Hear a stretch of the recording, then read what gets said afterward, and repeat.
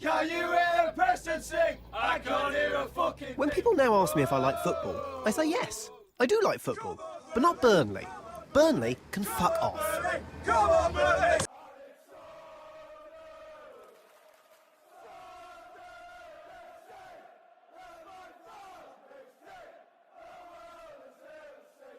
Apologies to any Burnley fans watching that. That was just a bit of banter. I needed something to cheer me up after that second half. Where do you start? In a way, I think someone put in a group chat that was both the best and worst half of the season. Where the first half, I thought Sunderland were outstanding. I felt we pressed Burnley constantly. We forced them into quite a few errors. We were just relentless with our attacks going forward. Two decent finishes, even though poor defending from Burnley, or admittedly, it has to be said. And then second half, it was just like the flick of a switch. We just seemed to just sit back. Now, for me, yes, okay, I think Burnley scoring was kind of inevitable the way we were sitting back second half, but I made an argument, a debate in a group chat I'm a part of on Twitter, and the argument was, or it actually might have been on Twitter itself, come to think of it. See, I'm rambling on. But, point is, when we were playing against Man City, now I know that Sunderland team and this Sunderland team are completely different, and I know Burnley aren't Man City, obviously. They're two completely different sides. But my point is the same.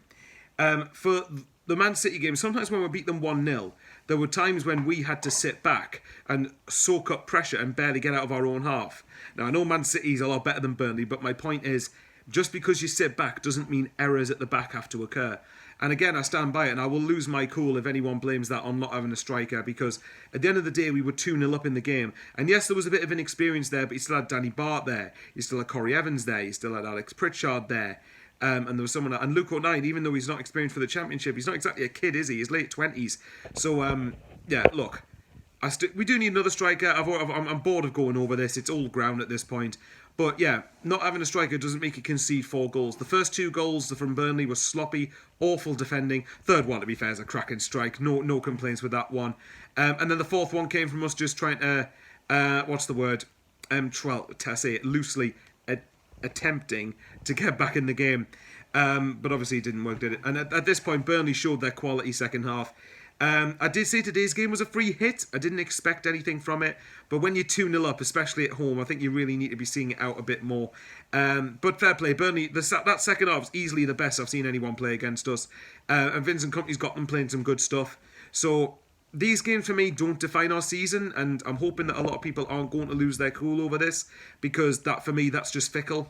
There's all for having a concern and having an opinion, in my opinion, which is fair enough.